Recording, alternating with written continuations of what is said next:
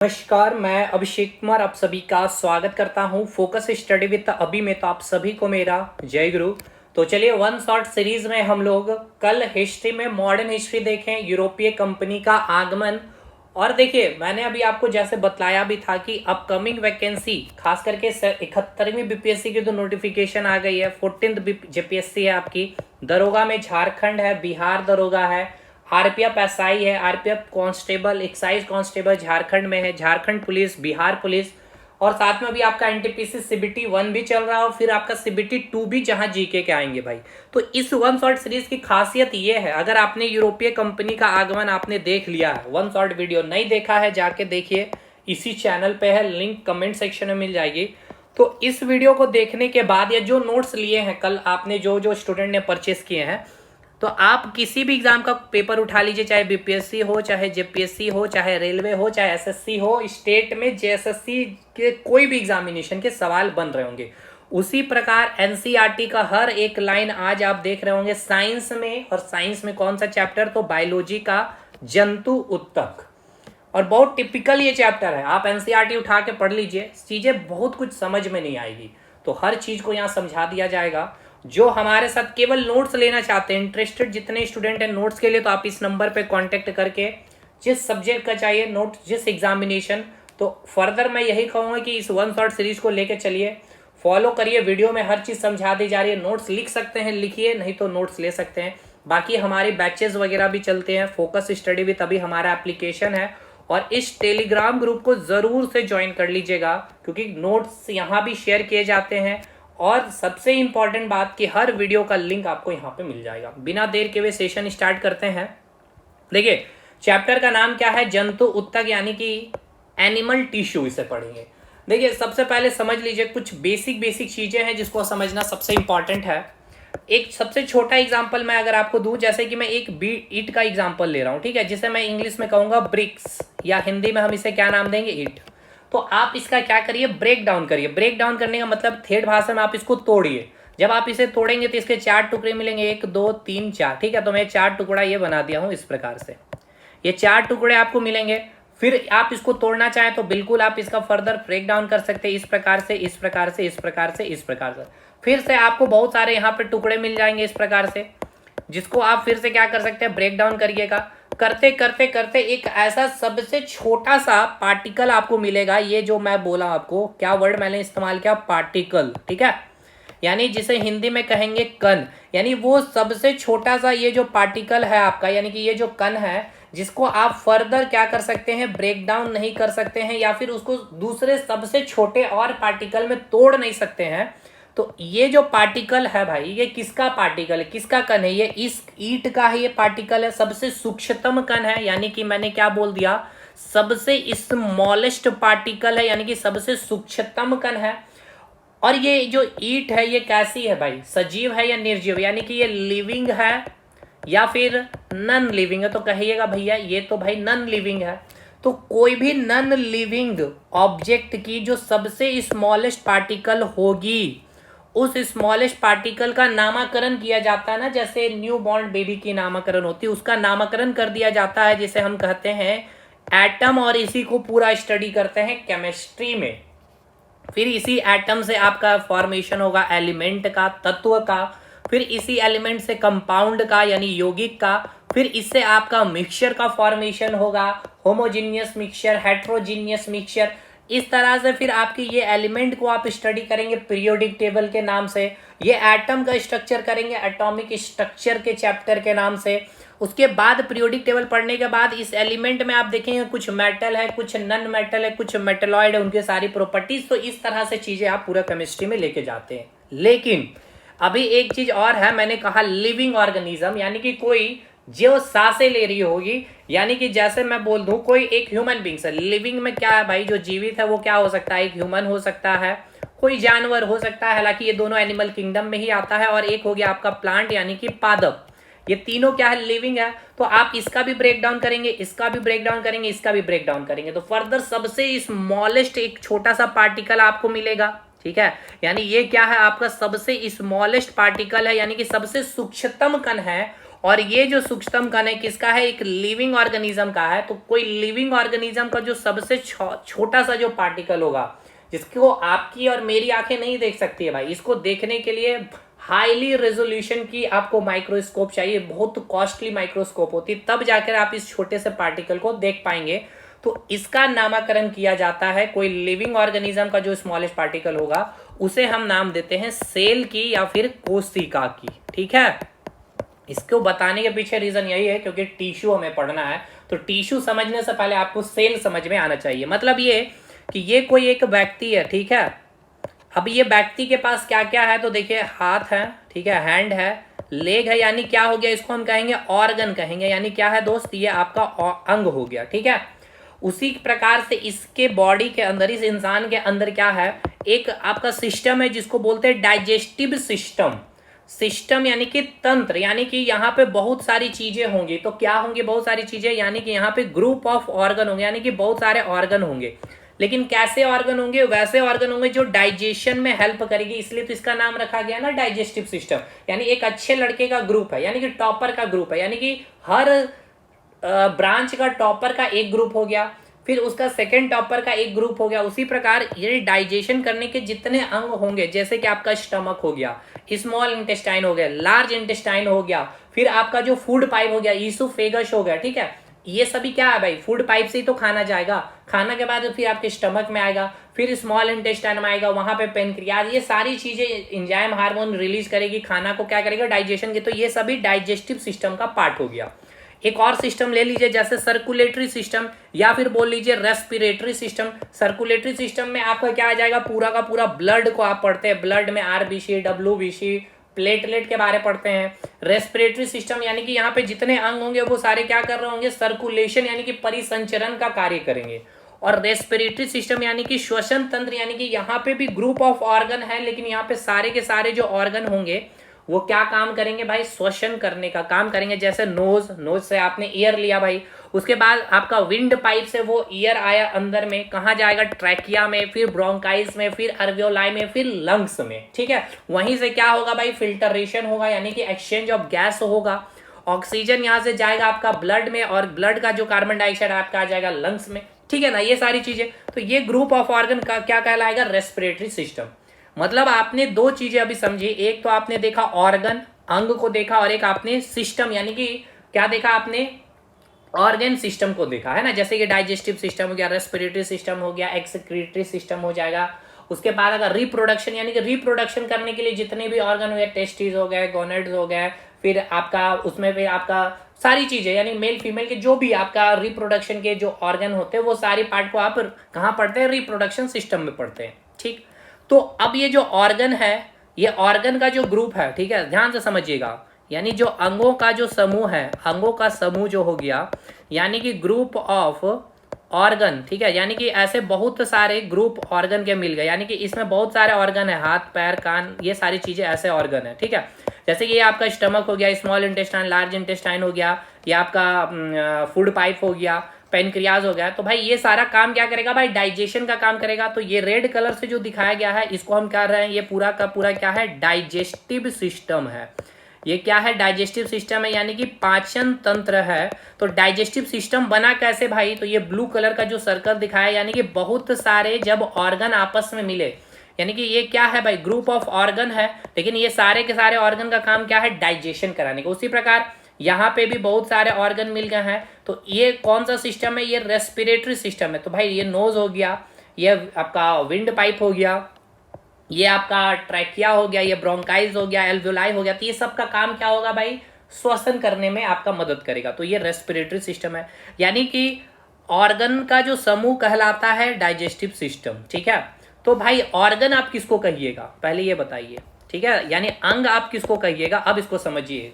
जैसे अभी आपने समझ लिया सर सेल के बारे में, सेल किसको बोलते हैं सर, जो लिविंग ऑर्गेनिज्म होगा उसका जो सबसे स्मॉलेस्ट पार्टिकल होगा उसको हम सेल का नाम देते हैं। ठीक है, यानी सेल जो सबसे छोटा सा पार्टिकल है। अब इस प्रकार से ऐसे बहुत सारे सेल जब आपस में मिल जाएंगे, इसकी संख्या मिलियंस बिलियन में है, तो जब ऐसे बहुत सारे सेल आपस में मिल जाएंगे यानी कि ग्रुप ऑफ सेल हो जाएगा, यानी कि कोशिकाओं के समूह को हम क्या नाम देंगे, ये जो बन जाएगा आपका टिश्यू बन जाएगा, यानी इसको ही हम क्या कहेंगे सर, उत्तक कहेंगे। ठीक है, अब ध्यान से समझिए ये टिश्यू कैसे मिला है, बहुत सारे क्या मिले हैं आपस में, कोशिकाएं मिले यानी कि सेल मिले।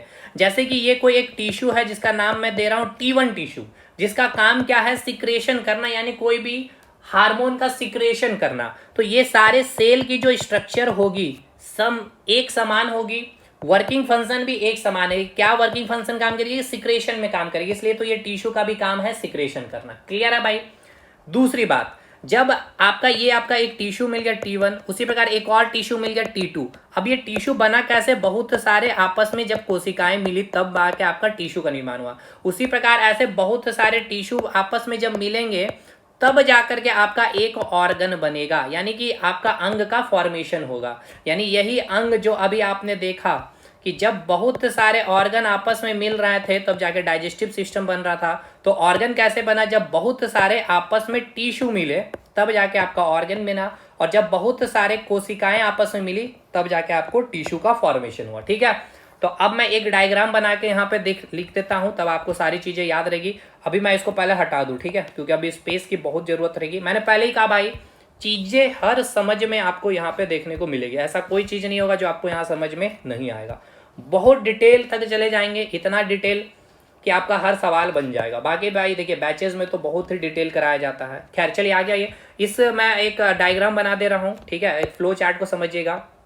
ये हो गया सेल, यानी कि इसको क्या कहेंगे, कोशिका। ठीक है, कोशिका जब बहुत सारे जब कोशिका आपस में, यानी कि ग्रुप ऑफ सेल्स को क्या कहते हैं, टिश्यू कहते हैं। क्या कहते हैं सर, उत्तक का नाम देते हैं। क्या बोलते हैं सर, उत्तक। और जब ग्रुप ऑफ टिश्यू हो जाएगा, यानी कि ग्रुप ऑफ उत्तक, यानी कि उत्तकों के समूह का आप क्या नाम देते हैं सर, ऑर्गन का नाम देते हैं, यानी कि हिंदी में इसको क्या बोलेंगे, अंग। और जब ग्रुप ऑफ ऑर्गन हो जाएगा, ठीक है, यानी अंगों के समूह का आप क्या बोलेंगे सर, ऑर्गन सिस्टम। ठीक है, ये क्या बोलेंगे आप, अंग तंत्र कहेंगे। और जब अंग तंत्र का एक ग्रुप बन जाएगा, यानी कि ग्रुप ऑफ ऑर्गन सिस्टम को आप क्या बोलते हैं सर, क्या बोलेंगे सर, आपका जाकर के एक क्या बन जाएगा, एक ह्यूमन बीइंग का निर्माण हो जाएगा। ठीक है, एक ह्यूमन बीइंग यानी कि एक आदमी का फॉर्मेशन होता है। तो देखिए इस आदमी का सबसे स्मॉलेस्ट पार्टिकल क्या हो गया, सेल हो गया। जब बहुत सारे सेल आपस में मिले तो टिश्यू का फॉर्मेशन हुआ। जब बहुत सारे टिश्यू आपस में मिलेंगे तो ऑर्गन का फॉर्मेशन होगा। जब बहुत सारे ऑर्गन बनेंगे मिलेंगे तब जाके बहुत सारे ऑर्गन सिस्टम का होगा, जैसे कि digestive system, respiratory system, circulatory system, उसके बाद एक्सक्रीटरी सिस्टम, रिप्रोडक्शन सिस्टम, है ना। ये सब हम एक एक करके आगे पढ़ेंगे बायोलॉजी में, तब जाके एक इंसान का फॉर्मेशन होगा। अब जैसे कि डाइजेस्टिव सिस्टम में सेम ऑर्गन होंगे यहाँ पे, ठीक है, उसमें ऑर्गन कैसे बनेगा, तो सेम एक ऑर्गन अगर हाथ है भाई, तो हाथ जिस टिश्यू में, इसमें जितने भी टिश्यू होंगे सेम स्ट्रक्चर के होंगे, सेम फंक्शन कर रहे होंगे। ठीक है, चलिए अब आप समझने लायक बन गए भाई, बहुत अच्छा बेस हो गया अब आपका, उम्मीद करता हूं। कोशिकाओं के समूह को क्या कहा जाता है सर, मैंने पहले ही कहा, कोशिकाओं के समूह यानी कि group of cell is called tissue. बिल्कुल बाइलिंगुअल, साइंस का कंटेंट आपको पूरा बाइलिंगुअल ही मिलेगा, क्योंकि रेलवे का बैच हमारा चलता है जहां पे बेसिक साइंस हो, physics, chemistry, bio, engineering, drawing, environment पूरा बाइलिंगुअल ही चलती है, क्योंकि वहाँ पे स्टूडेंट्स बाइलिंगुअल है हमारे। तो जैसे कि इस फिगर को अगर आप ध्यानपूर्वक देख रहे होंगे तो ब्लैक कलर से ये जो दिखाया गया ये आपका टिश्यू है। ठीक है, ये आपका क्या है, टिश्यू है। लेकिन ये टिश्यू बना कैसे, तो आप रेड कलर से देख रहे हैं, ऐसे छोटे छोटे गोले हैं, यानी बहुत सारे मिलियंस की संख्या में क्या है, सेल उपस्थित है। तो सेल का एक समूह बन गया, कोशिका का एक समूह बन गया, ग्रुप ऑफ सेल हो गया, तो उसको ही आपने टिश्यू कहा। और मैंने अभी बताया कि जितने भी टिश्यू हैं, टिश्यू का जो फंक्शन होगा उसमें उपस्थित वो कोशिका का भी कार्य वही होगा, यानी कि एक समान कोशिका से उत्पत्ति होगी। यानी ये सारी की सारी जो आपकी कोशिका है उसका स्ट्रक्चर समान होगा, वर्किंग फंक्शन भी समान होगा। इंपॉर्टेंट लाइन है, एनसीईआरटी का लाइन, इसलिए मैं यहाँ पे जोड़ दे रहा हूं। और यहाँ मैंने लिख भी दिया है, originate from a cell which perform same function. सारी कोशिकाओं का कार्य सेम होगा।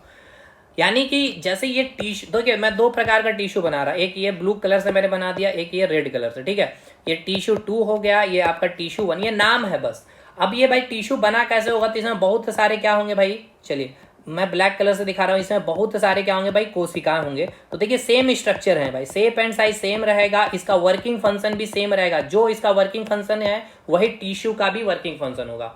अब अगर ध्यानपूर्वक इस देखिएगा टिश्यू 2 को, तो यहाँ पे भी इसका देखिए थोड़ा सा शेप साइज अलग है, क्योंकि इसका वर्किंग फंक्शन अलग रहेगा ये सारे कोशिकाओं का, वही इसका वर्किंग फंक्शन होगा इस टिश्यू का। समझ में आया ना भाई? यानी कि एक अच्छे लड़के का ग्रुप है, तो सारा का सारा यहाँ लड़का जो बना भाई, तो इस ग्रुप टिश्यू जो बना है यहाँ पे सारे लड़के अच्छे होंगे, और यहाँ पे ये जो ग्रुप बना सारे लड़के बुरे हैं, यानी खराब है भाई।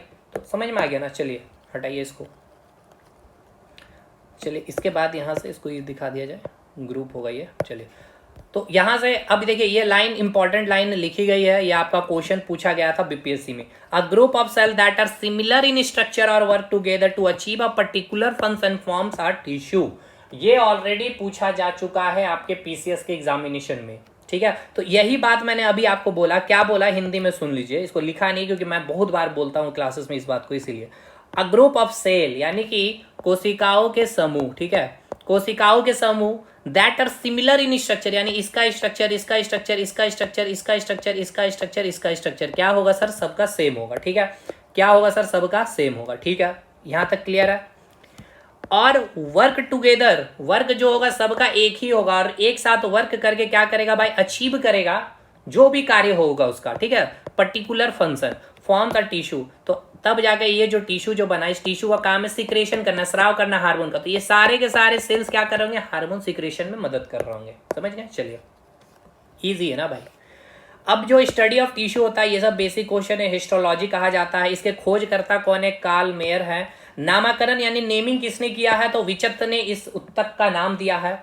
अब बात करेंगे भाई टिश्यू के प्रकार कितने हैं। तो देखिए एक तो आपने देख लिया जंतु उत्तक, आप जो आप पढ़ रहे हैं, और एक है प्लांट टिश्यू। तो प्लांट में जो टिश्यू है उसको हम अलग एक वन शॉट वीडियो में देखेंगे, वो भी डिटेलिंग करना है, बहुत क्वेश्चन वहां से बनते हैं। और आज हम लोग जो मेनली देख रहे होंगे एनिमल टिश्यू को। चलिए मेनली जो एनिमल टिश्यू को हो 4 पार्ट में भाई हम लोग कैटेगराइज करते हैं। 4 पार्ट में सबसे पहला पार्ट होगा आपका इपिथेलियल, या फिर इपिथेलिया भी बोला जाता है, कई किताबों में मिल जाएंगे, तो कंफ्यूज मत होइएगा। हिंदी में कहेंगे उपकला उत्तक। कनेक्टिव टिश्यू यानी कि संयोजी उत्तक, मस्कुलर टिश्यू यानी कि पेशीय उत्तक, और चौथा है नर्व टिश्यू यानी कि तंत्रिका उत्तक। नीचे से मैं आपको चीजें को थोड़ा थोड़ा एक्सप्लेन करते चलूंगा, देखिएगा थोड़ा थोड़ा मतलब अभी पूरा चलूंगा भाई। अभी पहले इसको समझिए क्या है नर्व टिश्यू, पहले ये समझिए। देखिए नर्व टिश्यू जब आपस में मिलेंगे तो क्या बनेगा? ऑर्गन। जब ऑर्गन आपस में मिलेगा तो ऑर्गन सिस्टम बन जाएगा, यानी कि एक नर्वस सिस्टम आप पढ़ेंगे बायोलॉजी में, ठीक है। ये नर्वस सिस्टम है, यानी कि एक क्या भाई? अंग तंत्र है। यानी यहाँ पे क्या होगा? ग्रुप ऑफ ऑर्गन होंगे, तो एक सिमिलर टाइप के ऑर्गन होंगे। तो भाई नर्वस सिस्टम क्या काम क्या है पहले ये बताइए। इसमें जो अंग है उसमें जो टिश्यू है, मतलब ऐसे समझिए ये कैसे मिला होगा भाई? बना होगा बहुत सारे आपस में ऑर्गन मिले होंगे तब, ठीक है। ये हो गया अंग यानी ऑर्गन। अब ये अंग कैसे बना होगा भाई? जब बहुत सारे टिश्यू मिले होंगे आपस में तब, ठीक है। और ये टिश्यू कैसे बना होगा भाई? जब बहुत सारे क्या मिले होंगे? बहुत सारे कोशिका आपस में मिले होंगे तब। तो इसका काम क्या है नर्वस सिस्टम का? इसका काम है कंट्रोल करना, आपके बॉडी का कंट्रोल करना, ठीक है, या फिर आपको कोऑर्डिनेशन करना, एक सही तरीके से आप खड़े रह रहे हैं, सही तरीके से चल पा रहे हैं, ये सारी चीजें काम है आपका नर्वस सिस्टम का। तो ये जो सिस्टम जो काम कर रहा है कंट्रोल कोऑर्डिनेशन का, वही कार्य आपका ये ऑर्गन भी करेगा, वही कार्य आपको मदद करेगा आपका टिश्यू भी करने में, और वही कार्य मदद करेगा आपको करने में आपकी कोशिका भी। तो इस नर्वस सिस्टम में हम लोग क्या क्या पढ़ते हैं? ब्रेन पढ़ते हैं, स्पाइनल कोड के बारे में पढ़ते हैं, ठीक है। पूरा स्केलेटन सिस्टम को हम लोग यहीं पे देखते हैं। तो ये जो पढ़ेंगे भाई एक चैप्टर ही हम लोग डिटेलिंग पढ़ते हैं। तो वो नर्वस सिस्टम की जो भी आपका ब्रेन हो गया, स्पाइनल कोड, ये सभी जो है पूछा जाएगा किस उत्तक का बना होता है, तो याद रखिएगा उसको बोलेंगे नर्व टिश्यू। बस इतना ही इससे क्वेश्चन बनेगा, इसके अलावा आपको कुछ देख के यहाँ से जाने की जरूरत नहीं है। चलिए नर्व टिश्यू चौथा खत्म होता है। मेनली आपका 3 टिश्यू है यहाँ से, मस्कुलर, कनेक्टिविटी और इपिथेलियल टिश्यू। देखिए सबसे पहले इपिथेलियल टिश्यू के बारे में सुनिए। देखिए एपिथेलियल टिश्यू का जो इसका कार्य जो है, मैं ऊपर ऊपर अभी बता रहा हूँ, ऐसा समझिए थेड भाषा में। इसका जो कार्य क्या है? कवरिंग करने का काम करेगा, ठीक है, कवरिंग करने का और प्रोटेक्शन करने का काम करेगा। तो आप अगर अपने बॉडी को ध्यान पूर्वक से देखिए तो आपकी जो बॉडी को कवर करके कौन रखना है सर? स्किन करके रख रहा है ना। लेकिन स्किन जो है आपका हाथ, ये जो आपका एक्सटर्नल ऑर्गन है, देखिए 2 प्रकार के ऑर्गन होते हैं, एक होता है एक्सटर्नल ऑर्गन और एक होता है आपका इंटरनल ऑर्गन। एक्सटर्नल ऑर्गन जिसको आप छू सकते हैं, ठीक है, इंटरनल ऑर्गन जिसको आप छू नहीं सकते, जैसे आपका किडनी हो गया, लंग्स हो गया, ये क्या आप छू सकते हैं? नहीं छू सकते हैं भाई। आपका फूड पाइप हो गया, विंड पाइप, ये सब छू सकते हैं नहीं। तो भाई इसमें भी तो कवरिंग है, एक लेयर बना हुआ होगा, ठीक है। अगर आप देखेंगे जब स्टमक को, तो स्टमक के अंदर जैसे कि मान के चलिए ये आपका, तो मैंने मैंगो बना दिया भाई, देखिए जैसे कि आपका है, ठीक है, स्टमक है ये, तो इसके अंदर एक लाइनिंग होता है, ये कवरिंग लेयर होता है इसके वाल में, ठीक है ना, लाइनिंग होता है, लाइनिंग लाइनिंग। तो ये लाइनिंग किसका होता है, किस ऊतक का बना होता है भाई, तो ये उपकला होता है, यानी कि एपिथेलियल टिश्यू का। तो क्या कर रहा है, कवरिंग कर रहा है और प्रोटेक्शन भी कर रहा है। स्किन हमारा प्रोटेक्शन कर रहा है ना, बाहर से कोई भी ऐसा डस्ट पार्टिकल या डस्ट मटेरियल को या डस्ट जीव हमारे बॉडी में नहीं प्रवेश कर पाए। समझ में आ गया।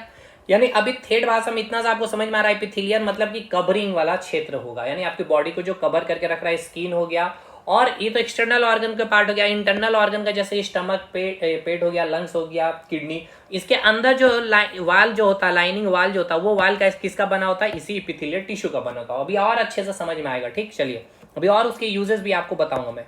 अगला है कनेक्टिव टिश्यू। तो नाम में ही क्या है भाई, कनेक्ट करने का काम, यानी कि ये शरीर के जितने भी पार्ट है उसको जोड़ने का काम करता है, यानी कनेक्ट करने का काम करता है। जैसे कि बोन, याद रखिए एकदम वेरी वेरी इंपॉर्टेंट, और ब्लड आपका कैसे, तो देखिए बोन में अगर आप ध्यान पूर्वक देखें अगर आप, तो ये आपका बाइसेप हो गया, तो भाई अच्छा बाइसेप है, ठीक है। उसके बाद यहाँ पे जॉइंट मिलता है, फिर ये आपका एल्बो आएगा, फिर ये रिस्ट आ गया, फिर आपका ये हथेली आ गया आपका, ठीक है, पाम आ गया, और फिर यहाँ से आपका फिंगर है, ठीक है। तो सब में ये देखिए यहाँ जॉइंट है। अब जॉइंट क्यों है ना, क्योंकि आपका यहाँ से आप बाइसेप केवल उठा मूव करना चाहे तो आपका यहाँ जॉइंट से मूव कर जाएगा, एल्बो कराना चाहिए, हथेली कराना चाहिए, फिंगर घुमाना चाहिए, तो इसी कारण। जैसे कि अगर एक स्ट्रेट लकड़ी ले लीजिए, सूखी लकड़ी, इसको आप यहाँ से मूव कराना चाहिए तो क्या मूव होगा, नहीं, जब तक कि आप यहाँ से तोड़ करके यहाँ पे जोड़ ना ले भाई, है ना। तो ये आपका जुड़ा हुआ है इस प्रकार से, ठीक, समझ में आया। तो अब देखिए ये आपका बॉडी को पूरा कनेक्ट करके रख रहा है कि नहीं, कौन, बोन, ठीक है। दूसरा आपका ब्लड, कैसे, तो देखिए आप जो भी चीजें खाते हैं, जो भी न्यूट्रिएंट्स लेते हैं, प्रोटीन, कार्बोहाइड्रेट, फैट वगैरह, जो भी चीजें आपके बॉडी के हर एक ऑर्गन तक जो जाती है वो कैसे जाती है, तो ये ब्लड ले करके ही जाती है। आपके ब्लड आपके बॉडी के हर एक ऑर्गन तक ऑक्सीजन लेने का काम लेके जाने का काम कौन करता है, तो ब्लड ही करता है। तो पूरे बॉडी में कनेक्शन का काम कौन किया है, बोन और ब्लड, ठीक। अब देखिए ये जो आपने देखा, आपका ये जो आप मूवमेंट कर रहे हैं, यानी मोशन कर रहा है, आपका जो स्केलेटन सिस्टम में आप पढ़ेंगे पूरा का पूरा, ठीक है ना। हाथ में कितनी हड्डियां, पैर में कितनी हड्डियां है, ठीक है ना, जॉइंट्स वगैरह देखेंगे, तो ये मूव कर रहा है ना भाई, आप चल रहे हैं तो भाई आपका पैर में मूवमेंट है, तो ये मूवमेंट में जो आपका मदद करने वाला जो टिश्यू होता है उसको हम कहते हैं मस्कुलर टिश्यू। तीसरे नंबर में ये टिश्यू, यानी ये क्या करेगा, हेल्प इन लोकोमोशन, ठीक है, गति प्रदान करता है ये आपको। दूसरा एक चीज और समझिए यहां से क्वेश्चन, देखिए दो प्रकार के मोशन हमारे बॉडी में होती हैं, ठीक है भाई, फिजिक्स का मोशन नहीं है ये, हमारे बॉडी में दो प्रकार के मोशन होते हैं। चलिए इसको समझ लीजिए, इंपॉर्टेंट है। एक होता है वॉलेंटरी मोशन, ठीक है, यानी कि ऐच्छिक क्रियाएं, और एक होता है इनवॉलेंटरी, यानी कि अनैच्छिक क्रियाएं। यानी कि वॉलेंटरी एक्शन जिसपे आपका कंट्रोल है, और इनवॉलेंटरी जिसपे आपका कंट्रोल नहीं होता है। आपके ऊपर कंट्रोल है, यानी कि आपका कंट्रोल है मतलब कि आप जब चल रहे हैं तो कितना चलना है, कोई हाथ आप उठा कर रहे हैं, बार बार नीचे ऊपर कर रहे हैं, कितना कर रहे हैं, ये आपका कंट्रोल है, उसके ऊपर है।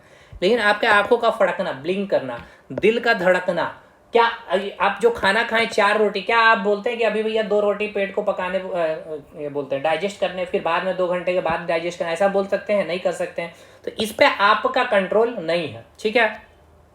तो मोशन, यानी कि दो प्रकार के मोशन जो हो रहे हैं, एक तो वॉलंटरी और इनवॉलंटरी, ये दोनों मोशन कौन करा रहा है, कौन सा टिश्यू करा रहा है, या ऑर्गन, जैसे कि लंग्स कर रहा है भाई, धड़क, दिल, हार्ट धड़क रहा, हार्ट, तो वो ऑर्गन हो गया। लेकिन वो ऑर्गन किससे बना होगा, बहुत सारे टिश्यू से, तो वो टिश्यू किससे, वो कौन से टिश्यू से बनेंगे, तो मस्कुलर टिश्यू से, ठीक है। समझ में आ गया, यहाँ तक चीजें समझ पा रहे हैं, एक दूसरे के साथ को रिलेट कर पा रहे कि नहीं। और ये नर्व टिश्यू तो बिल्कुल अलग है भाई, कंट्रोल कोऑर्डिनेशन, जो मेनली ब्रेन चैप्टर में हम लोग पढ़ेंगे ब्रेन के बारे में, तो ब्रेन में जो टिश्यू उपस्थित होता है वो नर्व टिश्यू उपस्थित होता है। अभी इसको हम लोग और डिटेलिंग करेंगे तीनों को।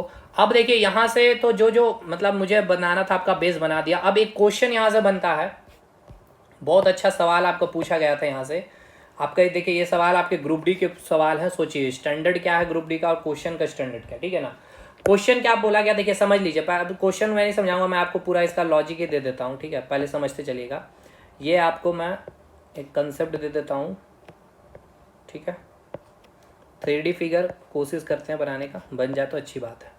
देखिए ये एक लेयर है, ठीक है, ये कौन सा लेयर है भाई, इपिथेलियल टिश्यू का लेयर हो गया, ठीक है, पहला लेयर हो गया ये। चलिए ऐसे नहीं दिखाएंगे, ये आपका पहला लेयर है, नहीं चलिए ठीक है, ये आपका पहला लेयर है। इसके नीचे कौन सा टिश्यू होता है, इसके नीचे नीचे जो होगा आपका टिश्यू, ये टिश्यू होगा आपका कनेक्टिव टिश्यू, ठीक।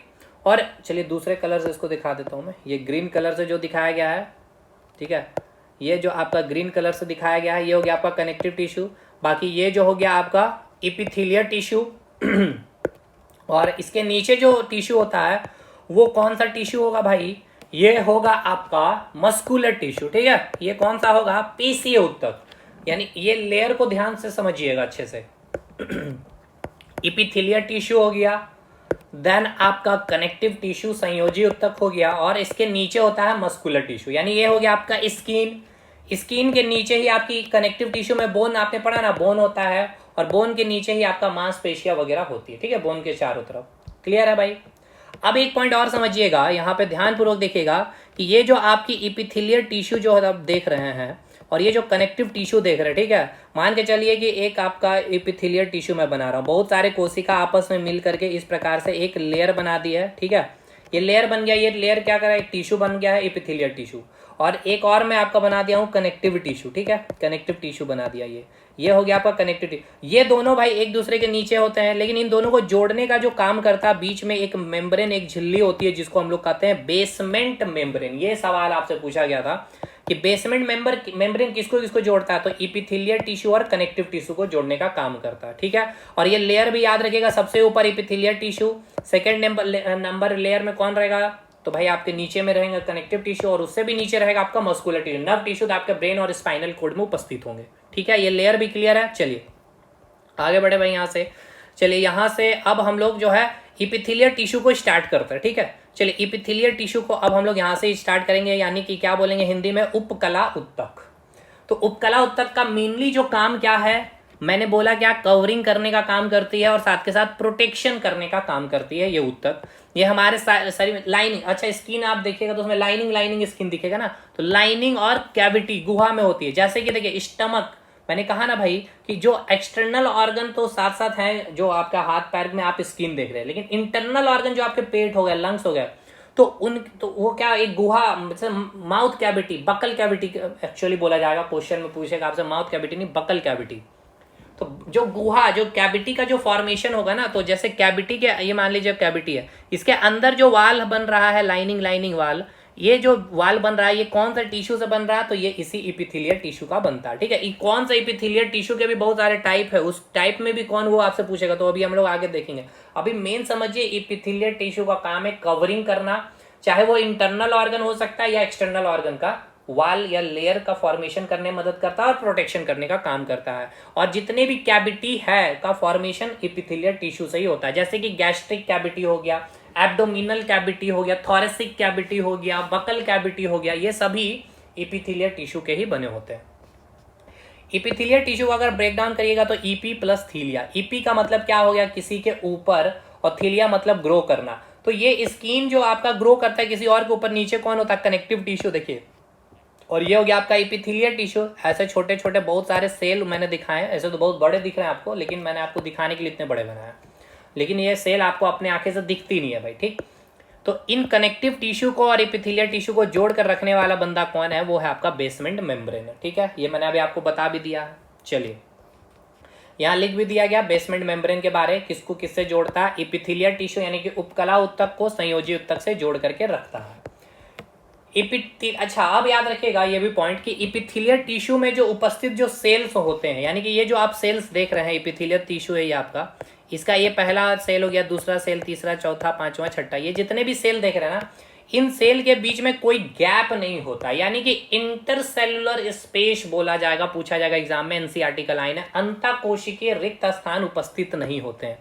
इपिथेलियल टिश्यू के बीच में कोई भी गैप नहीं पाया जाता है, इंटरसेलुलर स्पेस यानी कि अंतःकोशिकीय रिक्त स्थान एब्सेंट होते हैं, यानी कि उपस्थित नहीं होते हैं। इपिथेलियल समझ में आ गया ना, यानी कि कोई भी आपका इपिथेलियल टिश्यू है, जैसे ये इपिथेलियल टिश्यू देख रहे हैं, तो इसमें जो सेल देखिए यहाँ पे कोई भी गैप नहीं है, ठीक है। तो इंटरसेलुलर स्पेस नहीं होता इपिथेलियल टिश्यू में, याद रखना है, ये सब पॉइंट है, स्टेटमेंट लेवल पे क्वेश्चन बनेगा आपका। आगे देखिए, इपिथेलियल टिश्यू जो है बॉडी के एक्सटर्नल, मैंने अभी बताया कि जितने भी एक्सटर्नल ऑर्गन है उसको कवरिंग करने का काम करता है, जो बना होता है, जैसे स्किन आपका इसी इपिथेलियल टिश्यू का बना होगा। और जितने भी इंटरनल ऑर्गन है यानी आंतरिक अंग के जो आवरण कवरिंग में भी ये पाए जाते हैं, जैसे कि स्टमक हो गया, फूड पाइप हो गया, बकल कैविटी, मुख, गोआ एक्सेट्रा। अब देखिए इपिथेलियल टिश्यू का और मेन जो काम है, एक तो कवरिंग प्रोटेक्शन देखा, अब ये आपका अगला काम को मैं बता रहा हूं, जो काम है सिक्रेशन करना और एक्सक्रीशन करना। देखिए अभी इपिथेलियल टिश्यू के टाइप्स आगे आप देखेंगे, देखिएगा अभी मैं समझाऊंगा सिक्रेशन एक्सक्रीशन ये सब चीज, जो 2 टाइप्स देखिएगा, तो फिर इसमें आपसे पूछेगा, इसमें क्वेश्चन बनेगा कौन किसके टाइप है, तो सिक्रेशन कौन सा टिश्यू कर रहा है, इसलिए मैं बता रहा हूं अभी आपको। अभी पहले ये समझिए सिक्रेशन, एकदम आराम से पूरा क्लास एक बार देख लीजिए, सब चीज समझ में आ जाएगा। देखिए सबसे पहले सिक्रेशन और एक्सक्रीशन के बीच में अंतर क्या है, देखिए ये बहुत इंपॉर्टेंट है, बहुत सारे स्टूडेंट को पता ही नहीं है, बहुत सारे टीचर भी सिक्रेशन और एक्सक्रीशन एक साथ इस्तेमाल कर लेते हैं, लेकिन गलत होता है। एक्सक्रीशन देखिए क्या होता है इसका मतलब, इसका हिंदी है भाई उत्सर्जन और इसका होता है स्राव। देखिए दोनों का मीनिंग क्या है, दोनों का मीनिंग है बाहर निकालना, कुछ भी चीज को बाहर निकालना, ठीक है। लेकिन बाहर निकालना का मतलब क्या है समझिए, जैसे कि कोई भी वस्तु है आपके पास, ठीक, आपके घर में है, तो घर में है भाई कुछ ऐसी वस्तुएं हैं जो आपके रूम में रखी हुई थी, अब आप उसको रूम से बाहर निकाल के क्या किए हैं, घर में हॉल में कहीं रख दिए, बहुत जरूरी नहीं थी रूम में ही रहे, उसको हॉल में रख दिए। और कुछ ऐसी वस्तु को रूम से आपने निकाला है कि जो एकदम जरूरी नहीं, उसको आपने घर से ही बाहर कर दिया है। तो घर से ही बाहर कर दिया यानी कि बॉडी से बाहर कुछ भी चीज को निकालना होगा तो उसको हम कहेंगे एक्सक्रीशन, यानी बॉडी से पूरी की पूरी बाहर, बॉडी से बाहर, ठीक है। लेकिन जो आप रूम से हॉल में रख दिए हैं यानी उसको हम कहेंगे सिक्रेशन, यानी बॉडी के अंदर ही रिलीज होगा, यानी बॉडी के अंदर ही सिक्रेशन होगा, स्राव होगा, ऐसे बोलेंगे, ठीक है, बॉडी के अंदर। जैसे कि इसका एग्जांपल आपका हार्मोन, पेनक्रियाज जो है भाई वो क्या करेगा, हार्मोन या एंजाइम को सिक्रेशन करेगा, एक्सक्रीशन नहीं करेगा, वो बॉडी के बाहर नहीं हार्मोन को भेजता है, सिक्रेशन करता है वो, ठीक है ना, बॉडी के अंदर ही सिक्रेट करता है। एक्सक्रीशन में जैसे जितने भी वेस्ट प्रोडक्ट है, मटेरियल, ये हमारे बॉडी से बाहर होते हैं, एक्सक्रीट होते हैं, एक्सक्रीशन हो गया। जैसे कि आपके मूत्र मार्ग से मूत्र, यूरिन का आप सिक्रेशन नहीं बोल सकते, एक्सक्रीशन होना, ठीक है।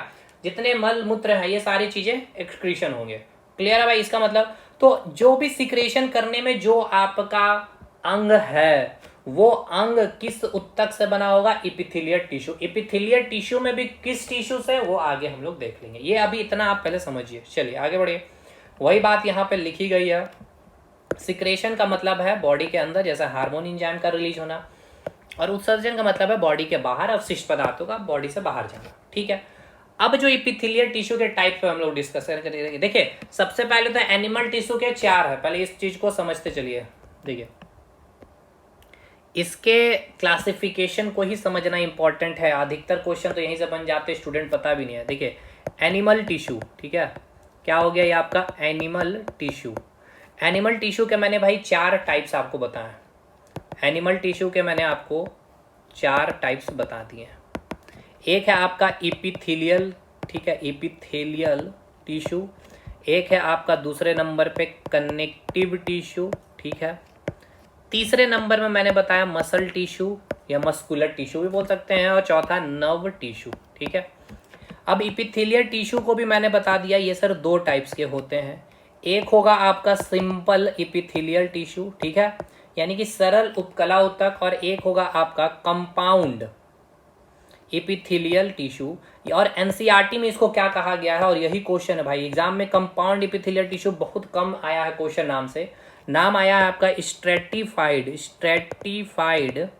इपिथेलियल टिश्यू, ठीक है। अब ये क्या होता है इसको समझिए पहले, चलिए हाँ ये पहले हमने क्या बोला सर, जो इपिथेलियल टिश्यू है इसको हम 2 भाग में बांटेंगे, उनके लेयर पे आधार पे हम लोग बांटते हैं। लेयर के आधार पर मतलब क्या समझिए, देखिए इसको ध्यान से देखिएगा। जैसे कि एक आपका ये उत्तक है, टिश्यू है, ठीक है।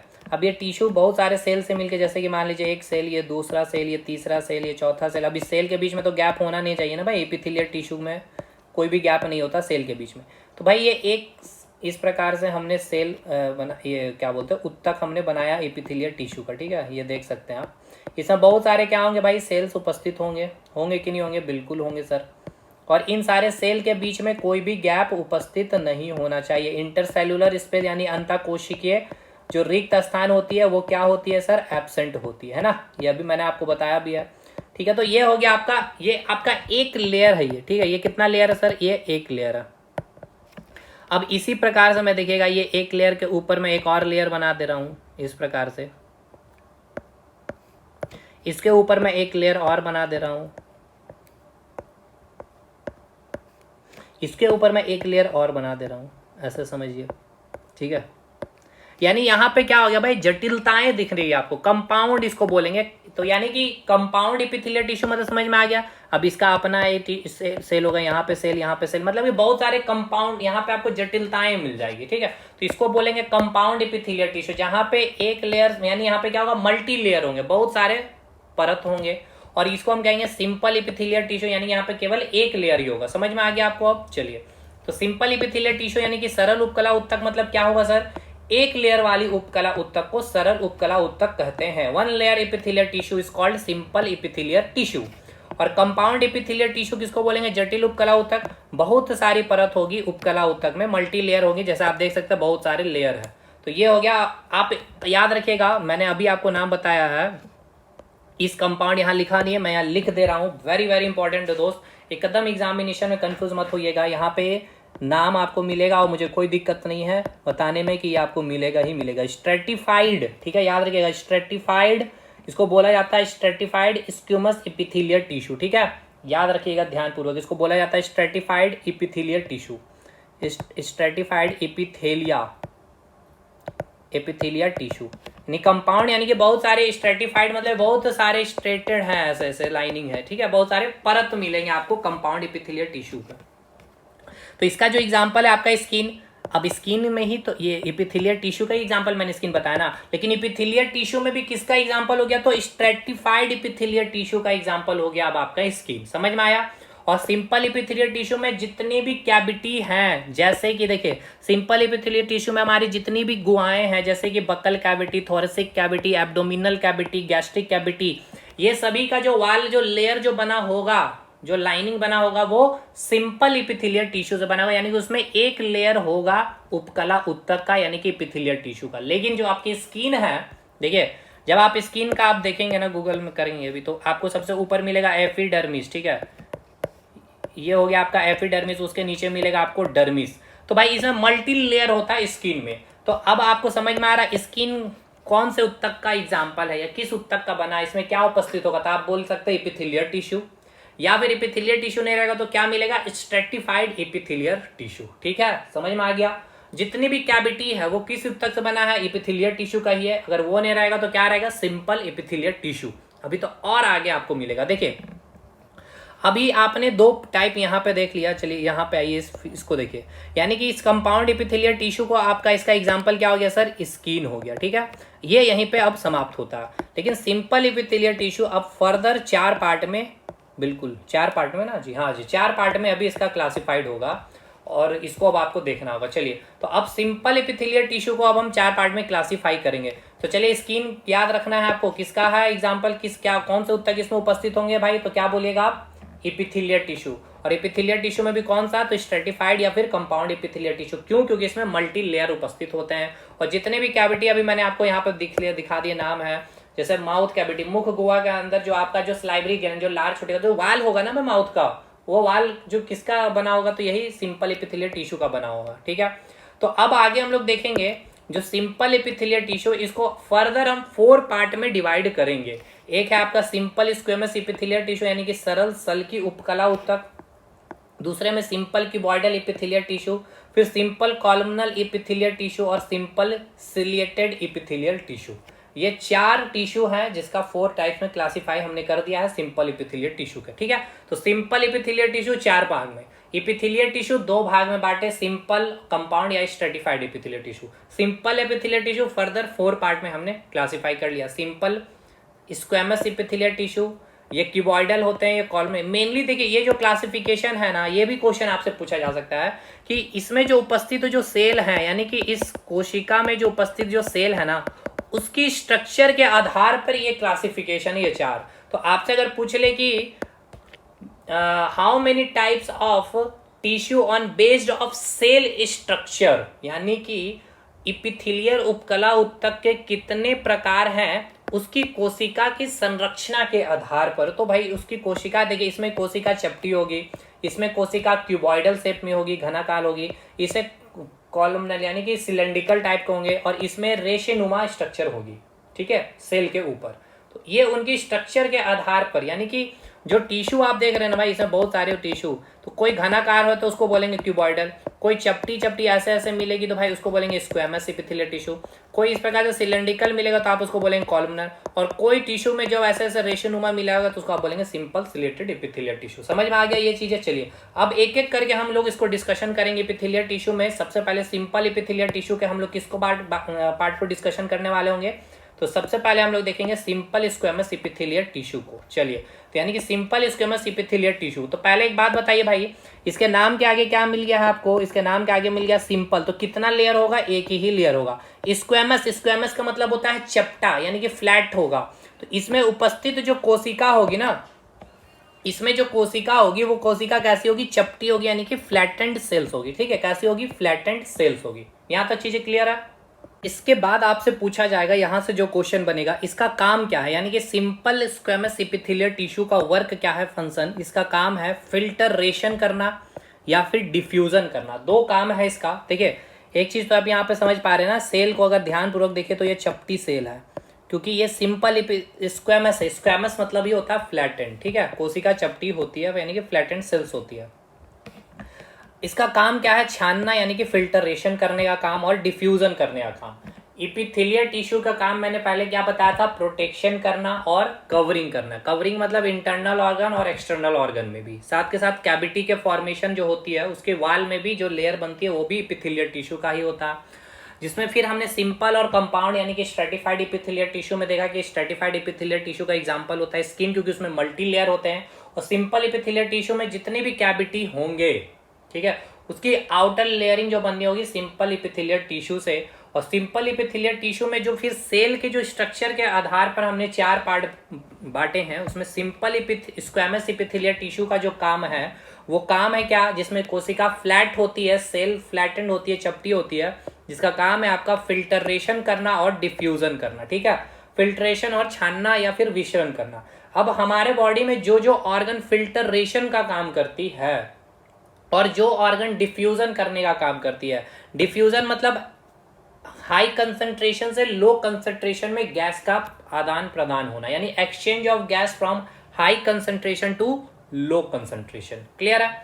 तो सबसे पहले देखिए, अगर बात किया जाए, आपने अगर देखा है ब्लड वेसल्स के बारे में, आपने ब्लड पढ़ा या नहीं, मैंने तो पढ़ा रखा भाई एप्लीकेशन में। देखिए जैसे ये आपका ब्लड वेसल्स है, ठीक, अब ये ब्लड जो इसमें क्या हो रहा है, रेड कलर से मैं दिखा रहा हूँ, आपका ब्लड फ्लो कर रहा है, ठीक है। अब यहाँ पे आपका, जैसे कि यहाँ पे मैं आपको यहाँ दिखा दिया, ये आपका हाथ है, ठीक है, ये आपका हाथ। अब इसको भाई क्या चाहिए भाई, इसको कोई कार्य करना है भाई, या फिर इसको एनर्जी चाहिए, ठीक है। एनर्जी कैसे मिलेगा भाई, इसको न्यूट्रिशन के साथ साथ ऑक्सीजन भी चाहिए। तो ये ब्लड ही क्या करता है, ये ब्लड जाता है और इसको ऑक्सीजन और न्यूट्रिशन प्रोवाइड करता है। तो इस ब्लड में जो ऑक्सीजन आप देख रहे हैं, ये ऑक्सीजन आता कैसे, इसको समझिए। अब देखिए यहाँ से आपने जैसे कि आपने पढ़ा ये होगा रेस्पिरेटरी सिस्टम, मैंने पढ़ाया, अगर आपने मेरे से पढ़ा तो देखिए ये आपका विंड पाइप आ गया, फिर ट्रैकिया में डिवाइड हो गया, फिर ट्रैकिया ब्रोंकाइल्स में डिवाइड हो गया, और बहुत सारे प्राइमरी सेकेंडरी टर्सरी ब्रोंकाइल्स, और फिर अल्वियोलाई, ठीक है, अल्वियोलाई बन गया ये आपका। अब ये अल्वियोलाई में क्या होता है, यहाँ से जो आपका यहाँ पे जो उपस्थित जो ऑक्सीजन है, यानी कि जो आपने ईयर नाक से ली है, इस विंड पाइप में आया, ठीक। तो भाई ऐसा नहीं ना कि आपने जो सांसें ली है, एयर जो ली है, उसमें केवल ऑक्सीजन ही और बहुत सारे डस्ट पार्टिकल ही है, तो यहाँ पे फिर फिल्टरेशन काम करते हैं वो सारी चीज़ें। तो यहाँ पे अच्छा कोई गैस, ऐसा नहीं है केवल ऑक्सीजन गैस ही आपने लिया, उसमें बहुत सारी गैसेस, तो यहाँ से ऑक्सीजन गैस को क्या किया जाता है, भेजा जाता है इस ब्लड में, और यहाँ के कार्बन डाइऑक्साइड को भेजा जाता है इस अल्वियोलाई में, ठीक है। ये क्या है आपका अल्वियोलाई, यानी कि वायु कुपिका इसको कहते हैं, और ये है ब्लड वेसल्स, ठीक है, यानी कि रक्त वाहिका। तो ये हो गया एक्सचेंज ऑफ गैस। तो ये अल्वियोलाई का जो क्या कर रहा है, एक्सचेंज ऑफ गैस, यानी कि डिफ्यूजन का काम कर रहा है, और ये ब्लड वेसल्स भी क्या कर रहा है, डिफ्यूजन का काम कर रहा है। तो इसकी उत्तक और इसकी उत्तक, यानी कि दोनों का टिश्यू किससे बना होगा भाई, सिंपल स्क्वेमस एपिथेलियल टिश्यू। तो ये याद रखना होगा, जो ब्लड वेसल्स है और जो अल्वियोलाई, क्योंकि ये डिफ्यूजन करता है, और सिंपल स्क्वेमस एपिथेलियल टिश्यू का काम है डिफ्यूजन करना और फिल्टरेशन करने का काम। क्लियर है। तो ये आपको पॉइंट याद हो गया। यानी कि ब्लड वेसल्स आपका रक्तवाहिनी वायु कुपिका यानी कि अल्वियोलाई जो है आपकी किसकी बनी होती है भाई, इसी सिंपल स्क्वैमस एपिथेलियल टिश्यू से बनी होती है। साथ के साथ आपका जो फूड पाइप है यानी कि ईसोफेगस, फूड पाइप हो गया आपका ईसोफेगस, यानी इसको हिंदी में फूड पाइप क्या बोलते हैं, ग्रास नली बोलते हैं, हिंदी में देख लीजिएगा ग्रास नली बोलते हैं। पूछेगा फूड पाइप, ये पूछा गया है ईसोफेगस के बारे में। आपकी माउथ कैविटी, तो भाई कैविटी आया तो भाई एपिथेलियल टिश्यू, और माउथ कैविटी के जो आउटर लेयरिंग है, ठीक है, आउटर लेयरिंग के बाह्य आवरण जो स्ट्रक्चर बनती होती है किसका, तो सिंपल स्क्वैमस एपिथेलियल टिश्यू का बना होता है। ये भी आपसे पूछा जा चुका है एग्जाम में। नेक्स्ट ये हो गया आपका, यानी कि 4 अभी आपको पॉइंट याद रखना है। एक तो ब्लड वेसल्स, फिर आपका अल्वियोलाई, फिर आपका फूड पाइप, और उसके बाद माउथ कैविटी यानी कि मुख गुहा किसका बना होगा भाई, यहाँ मैंने लिख दिया है वाल ऑफ ब्लड सेल्स, यानी ब्लड वेसल्स, जो ब्लड वेसल्स जो है आपका उसका जो वाल बना होगा, यानी जो मैंने अभी आपको दिखाया ना, ये आपको जो ब्लड वेसल्स दिखाया, इसकी जो आउटर जो वाल है ये किसका बना होगा, तो ये किसका बना होगा, सिंपल स्क्वैमस एपिथेलियल टिश्यू का बना होगा। उसी प्रकार जो फूड पाइप जो खाना खा रहे होते हैं वो भी, उसके भी अगर जैसे देखें, ये हो गया आपका फूड पाइप हो गया, ये आपका विंड पाइप है, तो इसका जो आउटर लेयर जो बना होगा वो किसका बना होता है, इसी सिंपल स्क्वैमस एपिथेलियल टिश्यू का बना होता है। ठीक है, ये सारी चीज़ें याद हो गई भाई। तो इसका काम क्या था पहले देखिए, इसका काम है फिल्टरेशन और diffusion simple squamous epithelial tissue का। इसके सेल्स कैसे होते हैं, फ्लैटेंड यानी कि चपटी होती है। कहाँ कहाँ, ब्लड वेसल्स में, फूड पाइप में, मुख गुहा यानी माउथ कैविटी, बकल कैविटी, और वायु कुपिका यानी कि अल्वियोलाई में एपिथेलियल। अब देखिए भाई यहाँ पे मैंने बताया क्या है, एक तो आपका डिफ्यूजन के बारे देख लिया आपने। अब फिल्टरेशन कहाँ होता है, हमारे किडनी, ठीक है, तो किडनी के जो बोमेंस कैप्सूल्स में आप जो देखते हैं ना, वहाँ पे उपस्थित होता है आपका एपिथेलियल टिश्यू जो फिल्टरेशन का काम करती है। तो ये हो गया सिंपल स्क्वैमस एपिथेलियल टिश्यू का इतना एग्जाम्पल, ये आप याद रखिएगा। किडनी के कहाँ, तो बोमेंस कैप्सूल पूछेगा, बोमेंस कैप्सूल में कौन सा ऊतक उपस्थित होगा, तो simple squamous epithelial tissue. Next अब आया आपका सिंपल क्यूबॉइडल एपिथेलियल टिश्यू, यानी नाम में है क्या, क्यूबॉइडल, ठीक, यानी कि इसमें जो सेल्स होंगे कैसे होंगे, क्यूब लाइक स्ट्रक्चर के होंगे सेल, यानी इसमें जो कोशिका होगी घन के आकार के जैसे होंगे। क्लियर है। अभी सिंपल क्यूबॉइडल एपिथेलियल टिश्यू का काम क्या है, इसका काम है एब्जॉर्प्शन करना यानी कि अवशोषण करना। ठीक भाई, आप खाना वाना खाते तो पाए क्या किया जाता है, उसका एब्जॉर्प्शन किया जाता है ना। और एक है आपका सिक्रेशन, सिक्रेशन मतलब समझ लें जो आपके हार्मोन हो गया, एंजाइम का बॉडी के अंदर में जो सिक्रेशन होगा, तो जो अंग सिक्रेशन का काम कर रहा होगा और जो अंग एब्जॉर्प्शन का काम कर रहा होगा, वहाँ पे कौन से टिश्यू होंगे, सिंपल क्यूबॉइडल एपिथेलियल टिश्यू होंगे। चलिए अब यहाँ पे एग्जांपल देख लीजिए, जैसे ये पेनक्रियाज हो गया, तो इसके अंदर एक सेल होता है एक्टिनी शेल, ये काम करता है हार्मोन को सिक्रेशन का। तो ये किस ऊतक का बना होगा, तो सिंपल क्यूबॉइडल एपिथेलियल टिश्यू का बना होगा। आपके माउथ में, आपके इन द सेंस के मेरे भी, ठीक है, सभी के माउथ में एक ग्लैंड उपस्थित होती है सलाइवरी ग्लैंड। ठीक, ये क्या करता है भाई, ये लार, ठीक है, सलाइवा को सिक्रेट करता है, तो सिक्रेशन करने का काम कर रही है। तो ये भी सलाइवरी ग्लैंड जो होती है बनी होती है किस टिश्यू से, तो भाई इसी से ही बनी होती है आपका कौन सा, सिंपल क्यूबॉइडल एपिथेलियल टिश्यू से। फिर स्वेट ग्लैंड जो पसीना सिक्रेट करती है, ये भी किस टिश्यू से बनी होती है, तो भाई यही बनी होती है आपका सिंपल क्यूबॉइडल एपिथेलियल टिश्यू से। अब जो मैंने बताया एब्जॉर्प्शन करने का काम करता है जो, ठीक है, तो भाई जैसे यूरिन के थ्रू भाई जो भी डस्ट पार्टिकल होता है उसको बाहर निकाल दिया जाता है, जो भी मिनरल्स वगैरह जो होती है उसको एब्जॉर्ब कर लिया जाता है। तो किडनी के डीसीटी और यूरेथ्रा मूत्र मार्ग में ये टिश्यू आपको मिलता है, तो जो एब्जॉर्प्शन करता है। और एक याद रखिएगा, जितने भी गॉनेड ग्लैंड है, चाहे टेस्टिकल हो चाहे ओवरी, ये भी क्या करती है, हार्मोन को सिक्रेट करती है। ठीक है, वृषण और अंडाशय में भी क्या होता है आपका, ये क्या करता है भाई, हार्मोन सिक्रेशन करता है, और सिक्रेशन हो रहा है यानी कि सिंपल क्यूबॉइडल एपिथेलियल टिश्यू। तो इसके एग्जांपल पे सब कुछ याद रखिएगा। पहले शेप कैसा होगा, क्यूब लाइक स्ट्रक्चर का शेप होगा सेल्स का। ठीक, इसका कार्य एब्जॉर्प्शन और सिक्रेशन करना। कहाँ कहाँ, पेनक्रियाज में, माउथ के सलाइवरी ग्लैंड में, उसके बाद स्वेट ग्लैंड में, इसके बाद गोनेड ग्लैंड में, टेस्टिक और ओवरी, ये सारे सिक्रेशन में। और किडनी क्या करेगा, एब्जॉर्प्शन का काम करेगा। किडनी में भी कहाँ, तो भाई डीसीटी और यूरेथ्रा मूत्र मार्ग में जो आपका टिश्यू उपस्थित होता है वो सिंपल क्यूबॉइडल एपिथेलियल टिश्यू होता है। नेक्स्ट तीसरा टिश्यू जो है आपका सिंपल कॉलमनल एपिथेलियल टिश्यू, यानी कि सरल खंभाकार उपकला ऊतक इसको कहते हैं। इसमें जो सेल के जो स्ट्रक्चर कैसे मैंने बताया था भाई, खड़े मतलब कि एक इस प्रकार से खंभा नुमा स्ट्रक्चर देख पा रहे होंगे, ठीक है ना, इस प्रकार से खंभा नुमा आपको स्ट्रक्चर देखने को मिलेगा।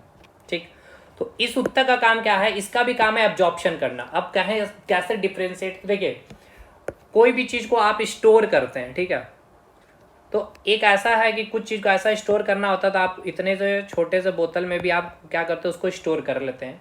लेकिन और एक ऐसा कुछ इतने लार्ज अमाउंट में आपको स्टोर करना होता है तो आपको एक रूम की ही आवश्यकता हो जाती है, ठीक है। तो बहुत ज़्यादा एब्जॉर्प्शन हो रहा है, इट मीन्स वो कौन सा टिश्यू से बना होगा, वो अंग खंभाकार उपकला ऊतक से, यानी कि सिंपल कॉलमनल एपिथेलियल टिश्यू, और बहुत स्मॉल अमाउंट में एब्जॉर्प्शन होगा। समझ में आ गया। तो एब्जॉर्प्शन के बीच का डिफरेंस भी समझ में आ गया कि दोनों, इसका भी काम है एब्जॉर्प्शन और यहाँ पे भी इसका काम आपने देखा एब्जॉर्प्शन, और आपने क्या देखा सिक्रेशन का। ठीक है, यहाँ पे एब्जॉर्प्शन बहुत कम अमाउंट में एब्जॉर्प्शन किया जा रहा है, कुछ जैसे यूरेथ्रा से थोड़ा बहुत मिनरल्स को एब्जॉर्ब कर लिया गया। लेकिन ये आपका जैसे खाना जो खा रहे, जो खाद्य पदार्थ, वो लार्ज अमाउंट में स्टोरेज होगा। तो वो स्टोरेज कहाँ होगा, आपके पेट में जो आपके स्मॉल इंटेस्टाइन है, लार्ज इंटेस्टाइन है, वहाँ होगा।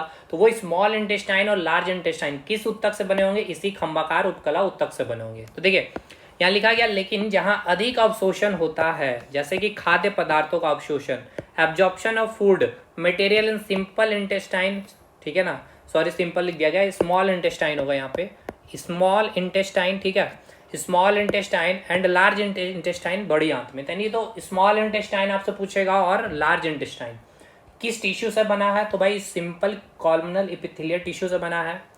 स्ट्रक्चर कैसा है, कॉलमनल यानी कि खंभाकार होगा। काम क्या है, लार्ज अमाउंट में एब्जॉर्प्शन करना, फूड मटेरियल वगैरह जो भी चीज़ है। अंतिम जो एपिथेलियल टिश्यू का जो टाइप है, simple ciliated epithelial tissue. Ciliated मतलब क्या होता है, हेयर लाइक प्रोजेक्शन देखने को मिलेगा। जो सेल्स है ना, ये आप देख रहे हैं यहाँ जितने भी सेल्स है, इसके ऊपर आपको हेयर नुमा, ठीक है ना, धागे नुमा आपको संरचना देखने को मिलती है, ठीक है, धागे नुमा संरचना देखने को मिलेगी। तो कोशिका को भाई धागे नुमा, तो इसका काम क्या समझिए। देखिए धागे नुमा तो झाड़ू वाड़ू आप जब देखते हैं ना, इसी प्रकार झाड़ू को जब देखते हैं भाई, यानी घर वगैरह साफ करने के लिए डस्ट पार्टिकल को, तो आप जब झाड़ू को भी ध्यानपूर्वक अगर आप देखेंगे, इस प्रकार से होती है झाड़ू, ठीक है, और इसमें बहुत सारे इस प्रकार से हेयर लाइक प्रोजेक्शन निकला हुआ होता है, ठीक है। इससे आप क्या करते हैं, डस्ट पार्टिकल को आराम से झाड़ लेते हैं। जैसे कि यहाँ पे मान लीजिए इधर डस्ट पार्टिकल, यहाँ डस्ट पार्टिकल, इसको आपने झाड़ू तो क्या करते हैं, सबको एक जगह कलेक्ट कर लेते हैं, ठीक है। आपने एक जगह इसको क्या कर लिया, एक जगह कलेक्ट कर लिया, और इधर से इसको फ्लो में इधर बाहर कर दिया, या फिर इसको इधर कर लिया, या फिर इधर कर लिया, मतलब कहीं भी कर सकते हैं, ठीक है, मतलब मूवमेंट करा सकते हैं डस्ट पार्टिकल को। हेयर लाइक प्रोजेक्शन का मतलब समझ में आ रहा। उसी प्रकार देखिए हमारे, आपने पढ़ा होगा भाई, पढ़ाया भी हमने फैलोपियन ट्यूब के बारे में। फैलोपियन ट्यूब का काम क्या है, पहले इसको समझिए। और एक आपका होता है ब्रोंकियल्स, ठीक है, ये दो पहले नाम याद कर लीजिए। ये जो बना होता है फैलोपियन ट्यूब और ब्रोंकियल्स, जैसे मैंने आपको कहा था कि आपने नाक से भाई जो भी सांसें ली है, ठीक है, मतलब एयर लिया भाई, एयर के साथ डस्ट पार्टिकल है, तो वो जो डस्ट पार्टिकल आया आपका, ठीक है, ट्राइकिया होते हुए, ये ट्राइकिया होते हुए आपका ट्राइकिया होते ब्रोंकाइल्स में आ गया। तो ये ब्रोंकाइल्स में क्या होता है ना, जो सेल्स होता है वो हेयर लाइक प्रोजेक्शन होता है, वो क्या करता है, जो डस्ट पार्टिकल जो होता है ना, उसको वहां से क्या करेगा भाई, उसको साफ करने का। तो साफ, मैंने झाड़ू का एग्जांपल दिया, तो या तो उस गंदगी को एक साइड में कर देगा, या उसके फ्लो को ही रोक देगा। इस प्रकार से भाई इधर जाएगा नहीं कोई गंदगी, ठीक है। दूसरा आपका जो फैलोपियन ट्यूब है, अब देखो फैलोपियन ब्रोंकाइल्स आपको समझ में आ गया कैसे यहाँ पे होगा, सिलेटेड सेल्स होंगे, तो यानी कि सिंपल सिलेटेड एपिथेलियल टिश्यू होगा। फैलोपियन टिश्यू के बारे में भी देख लीजिए, समझिए ये आपका कौन सा टिश्यू से बना होगा भाई, सिंपल सिलेटेड एपिथेलियल टिश्यू की बनी होगी। देखिए अब आपकी जो भाई फैलोपियन ट्यूब है, तो वहां से जो आपका ओवरी को कहाँ भेजना होता है, आपके यूटेरस में, ठीक है, तो वो यूटेरस तक जाएगा कैसे, यही सिंपल एपिथेलियल टिश्यू ही लेकर, सिलेटेड एपिथेलियल टिश्यू ही लेकर के जाती है, ठीक है। द सीलिया इज फ्लो और stop anything but that is coming in its way, ठीक है, कोई भी इसके रास्ते में अगर आ रहा है तो उसको एक फ्लो में साइड कर देगी या उसको रोक देगी, यही चीज़ यहाँ पे लिखी गई है भाई, क्लियर है। तो फैलोपियन ट्यूब ऑफ ब्रोंकियल्स भी आपको समझ में आ गया होगा। नेक्स्ट अब आगे बढ़ेंगे, तो ये हो गया आपका एपिथेलियल टिश्यू फिनिश, यानी एपिथेलियल टिश्यू के अगर आपने 4 पार्ट को देख लिया, यानी ये एपिथेलियल टिश्यू था, ये कंपाउंड, या इसी को आपने कहा स्ट्रेटिफाइड एपिथेलियल टिश्यू, जिसका एग्जांपल स्किन था। इसमें आपने देखा सिंपल स्क्वैमस एपिथेलियल टिश्यू, ठीक है, आपने इसको क्या बोला था, स्ट्रेटिफाइड स्क्वैमस एपिथेलियल टिश्यू। ये हो गया आपका क्यूबॉइडल, ये हो गया कॉलमनर, और ये हो गया आपका भाई कौन सा, सिलिएटेड, ठीक है, ये चारों कंप्लीट ये हो गया। अब इसके बाद हम लोग देखेंगे कनेक्टिव टिश्यू के बारे में। चलिए तो कनेक्टिव टिश्यू अब हम लोग देखते हैं।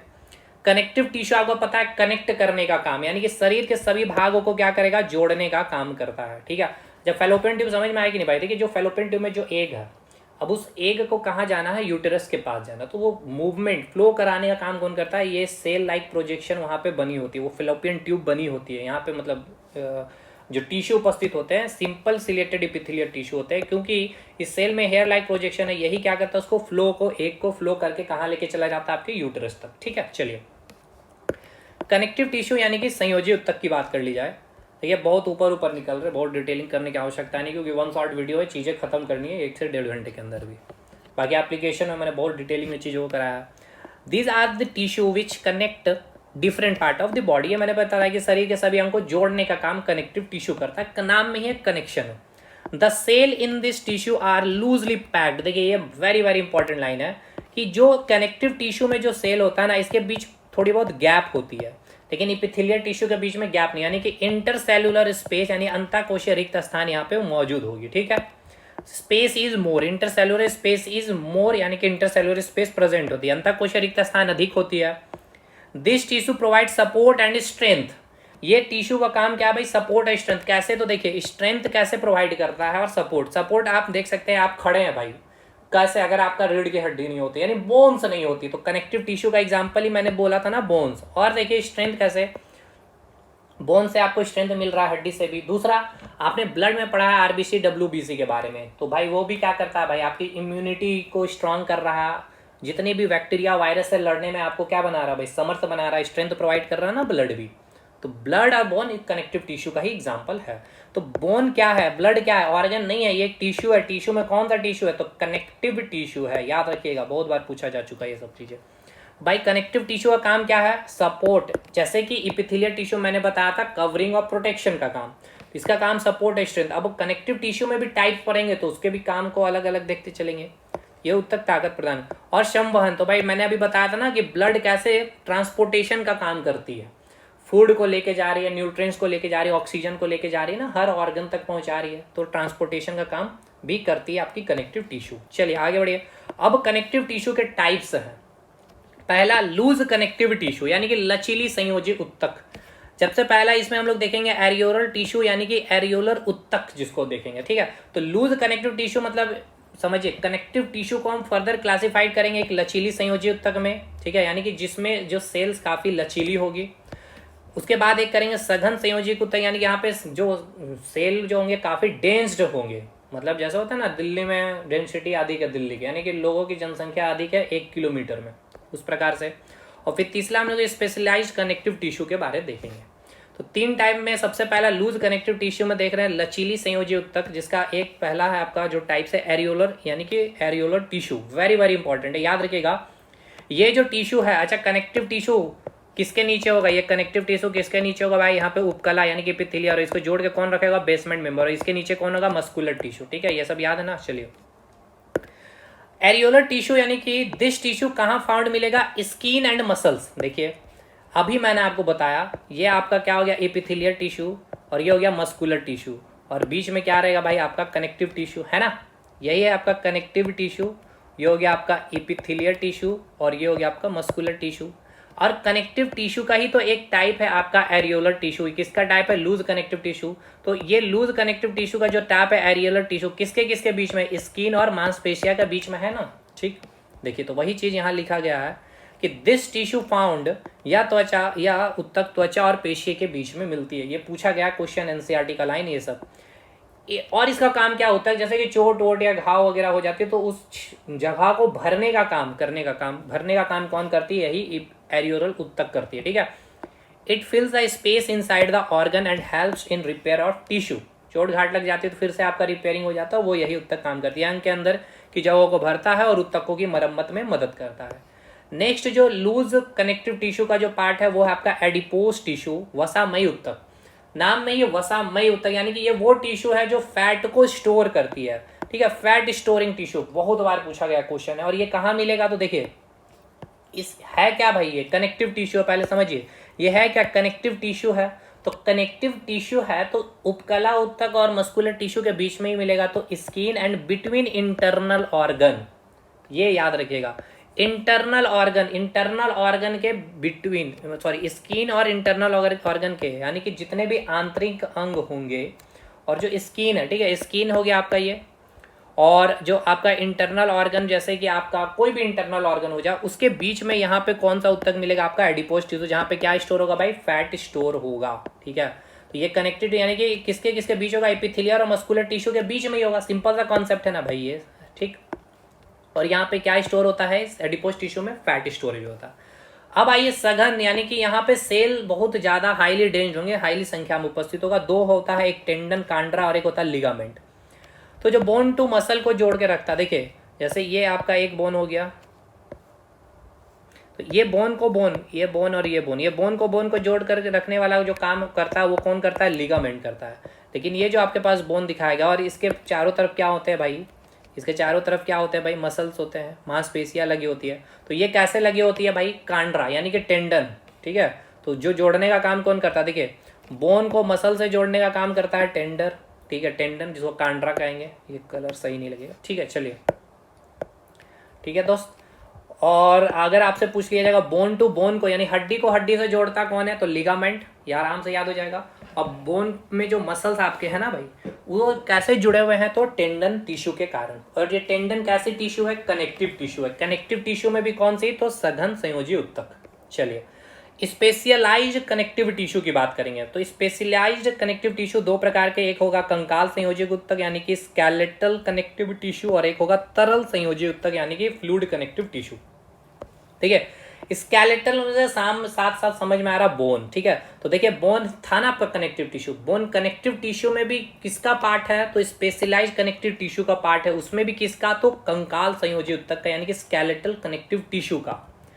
और एक होता है कार्टिलेज। कार्टिलेज यानी कि वैसा, ये भी एक प्रकार का बोन ही है।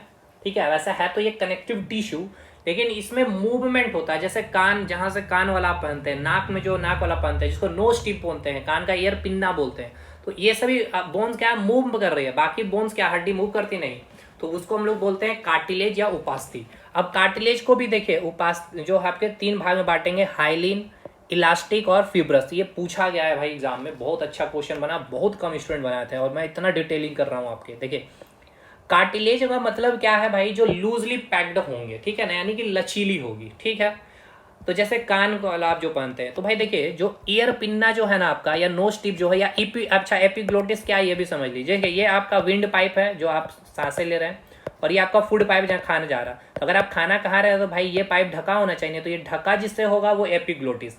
ठीक, समझ में आ गया? कभी कभी खाना इधर आ जाता तो सरक जाता, तो ये एपिग्लोटिस किससे होता है? बहुत लचीली होती है, कार्टिलेज होती है। कार्टिलेज में भी क्या? तो भाई इलास्टिक कार्टिलेज होती है। और जो आपकी ट्रैकिया है, ठीक है, जो विंड पाइप से जुड़ी हुई होती है, और जो लैरिंग्स है, ये आपका कौन सा कार्टिलेज? ये भी भाई लचीली होती है, मूवमेंट होती है इसमें। ये कौन सी कार्टिलेज? हाइलिन कार्टिलेज होती है। और इंटरवर्टिबल जो डिस्क है आपका स्पाइनल कोड में जो आप पढ़ रहे होते हैं, वो आपका फाइब्रस होता है, तंतुमय कार्टिलेज होती है। पूछेगा ईयर पिन्ना कार्टिलेज में कौन सा? तो भाई याद रखिएगा इलास्टिक। ये पूछा है लैरिंग्स और ट्रैकिया पूछा है, तो भाई याद रखिएगा हाइलिन। ये बता ही नहीं किसी को हाइलिन का मतलब क्या। तो हाइलिन भाई कार्टिलेज का एक टाइप है, इलास्टिक कार्टिलेज का ही टाइप है। देखिए ये ट्रैकिया लैरिंग्स में मूवमेंट है बोन्स होने के बाद भी, तो उसी को तो बोलते हैं कार्टिलेज। जो बोन्स है लेकिन उसमें मूवमेंट है, यानी इसको हम उपास्थि कहते हैं। बोन कैसा है भाई? कनेक्टिव टिश्यू है। कनेक्टिव टिश्यू में कंकाल के अंदर आता है। बाकी अगला जो तरल संयोजी उत्तक, यानी कि आप समझ रहे हैं ब्लड, देखिए ब्लड कनेक्टिव टिश्यू, लेकिन किस में आएगा भाई? तरल संयोजी उत्तक के तहत आएगा। और लिम्फ भी क्या है भाई आपका? एक मतलब कि ये भी एक लिक्विड पार्ट ही होता है, आपको सर्कुलेटरी सिस्टम मैंने पढ़ाया है। यानी कि ये दोनों का मेनली काम क्या होता है? ट्रांसपोर्टेशन करने का काम, ऑक्सीजन हो गया या न्यूट्रिएंट्स का पोषण का। आप जैसे लिम्फ का मैं एक एग्जांपल देखिए, जैसे सूजन वगैरह कभी हो जाता है ना, कोई क्षेत्र फूल जाता है आपका बॉडी का, तो उसी को बोलते हैं हम लोग लिम्फ हो गया, लसिका बोलते हैं। ठीक है, तो ये हो गया आपका कनेक्टिव टिश्यू फिनिश। अब आइए तीसरे, यानी कि आपने यहाँ पे देख लिया क्या क्या। चलिए यहाँ पे ये कनेक्टिव टिश्यू को आपने देखा। कनेक्टिव टिश्यू में आपने क्या देखा सर? कनेक्टिव टिश्यू में आपने तीन टाइप देखे। एक आपने देखा लूजली कनेक्टिव, एक आपने देखा डेंस, और एक स्पेशलाइज्ड। ठीक है, स्पेशलाइज्ड में आपने दो देखा, एक आपका स्केलेटन और एक हो गया आपका फ्लूइड। और डेंस में आपने देखा एक टेंडन और एक हो गया आपका लिगामेंट। और लूजली में भी आपने दो देख लिया था, लूजली में दो देखा था ना आपने। दो में आपका लूजली में क्या क्या था दोस्त? दो में आपको याद अगर हो तो चलिए एक बार मैं देख ले रहा हूँ, मुझे भी याद नहीं आ रही है। लूजली में हमने क्या क्या देखा था भाई? अच्छा, एरियोलर और आपका एडिपोज टिश्यू था। ठीक है, एरियोलर और एडिपोज टिश्यू, एरियोलर और एडिपोज टिश्यू, क्लियर है। अब हम लोग मस्कुलर टिश्यू देखेंगे, नर्व टिश्यू, नर्वस सिस्टम पढ़ते, तो अंतिम अब हम आ गए मस्कुलर टिश्यू के पास। चलिए इसको फिनिश करते हैं अब हम लोग। मस्कुलर टिश्यू, तो अभी आपको मैंने बताया था कि जो मस्कुलर टिश्यू है, ठीक है, इस मस्कुलर टिश्यू यानी कि पेशी उत्तक की बात, किसका काम क्या करना है, मोशन कराना है ना, हेल्प इन लोकोमोशन। और मैंने अभी आपको बताया जो मोशन होगा दो प्रकार के होंगे, याद आ रहा ना, वॉल्यूंटरी मोशन और इनवॉल्यूंटरी मोशन। इन वॉल्यूंटरी मोशन और एक हो गया वॉल्यूंटरी, यानी ऐच्छिक क्रियाएं और अनैच्छिक क्रियाएं, ठीक है। अब समझिएगा ध्यानपूर्वक, अब ये जो आपकी जो अनैच्छिक क्रियाएं जो है, इसमें दो पार्ट में हम इसको भाग में बांट देते हैं। जैसे कि एक आपका हो गया आपका इंटरनल ऑर्गन जितने भी है, ठीक है, इंटरनल ऑर्गन यानी कि आंतरिक, यानी कि पेट हो गया, दिल हो गया, हार्ट, ये सब क्या कर रहे हैं भाई, धड़क रहे हैं, वाइब्रेट कर रहे हैं, मोशन कर रहे हैं, जो आपके अनैच्छिक क्रियाएं, आपका कंट्रोल नहीं है। और एक आपका हार्ट जो होता है उसको हम स्पेशली नाम दे देते हैं कार्डियक, ठीक है ना, कार्डियक मस्कुलर टिश्यू, इसका भी आपके ऊपर कंट्रोल नहीं होता। बाकी आपका जितना बोन्स, हड्डी, पैर वगैरह में जो हड्डी होगी ना, यानी पूरा स्केलेटन सिस्टम का जो मूवमेंट हो गया वो वॉलंटरी, जिसपे आपका कंट्रोल होता है। और इंटरनल ऑर्गन यानी कि इनवॉलंटरी के अंदर होगा। और आपका हार्ट का स्पेशली नाम दे दिए cardiac vascular system, muscular system, जो आपका इनवॉलंटरी एक्शन करता है। वॉलंटरी में जो आपके स्केलेटन सिस्टम हो गया, जैसे हाथ पैर का मूवमेंट हो गया, कमर का मूवमेंट, ये सब आपके कंट्रोल में होते हैं, ठीक है। अभी आएगा समझ में और भी अच्छे से। चलिए, तो मस्कुलर टिश्यू का काम क्या है सर, मोशन कराना है। अब ये इसके तीन टाइप्स को देखेंगे, ये तीनों टाइप्स, यही तीन टाइप्स है, यहाँ पे मैंने मोशन के अकॉर्डिंग डिवाइड किया है, ठीक है। वॉलंटरी और इनवॉलंटरी दो पार्ट में पहले डिवाइड किया, फिर इनवॉलंटरी में हमने एक कार्डियक मस्कुलर टिश्यू बोल दिया, एक इंटरनल ऑर्गन जो आपका मोशन कर रहा होगा, और एक आपका स्केलेटन पार्ट, इसको हम लोग बोलते हैं स्मूथ मस्कुलर टिश्यू, ठीक है। चलिए आगे अभी देखिए, तो देखिए तीन टाइप ऑफ मस्कुलर टिश्यू होते हैं। एक आपका कार्डियक मस्कुलर टिश्यू, समझ में आ रहा है, यानी कि हृदय जो मोशन क्या कर रहा है, दिल धड़क रही है ना भाई, धड़क रही है, यानी कि भाई उसको मोशन कौन करा रहा होगा, तो वह एक कोई टिश्यू होगा, तो वो टिश्यू कौन सा होगा भाई, मस्कुलर टिश्यू होगा, ठीक। तो उसका स्पेशल एक नाम ही दे दिया गया है, कार्डियक मस्कुलर टिश्यू। तो अब इसमें जो मूवमेंट हो वो कैसा, इनवॉल्यूंटरी एक्शन है, यानी कि अनैच्छिक क्रियाएं होती है, ठीक है, यानी कि इसमें आपका कंट्रोल नहीं होता। दूसरा, इसमें जो टिश्यू होता है ना वो ब्रांच में विभाजित होता है, जैसे कि देखिए ये ब्रांच में विभाजित, इस प्रकार से देखिए ब्रांच में विभाजित है। उसी प्रकार यहाँ भी देखिएगा तो ये एक दूसरा जो आपका कार्डियक मस्कुलर टिश्यू, ये भी ब्रांच में विभाजित है, ये भी देखिए ब्रांच में इस प्रकार से विभाजित होते हैं, ठीक।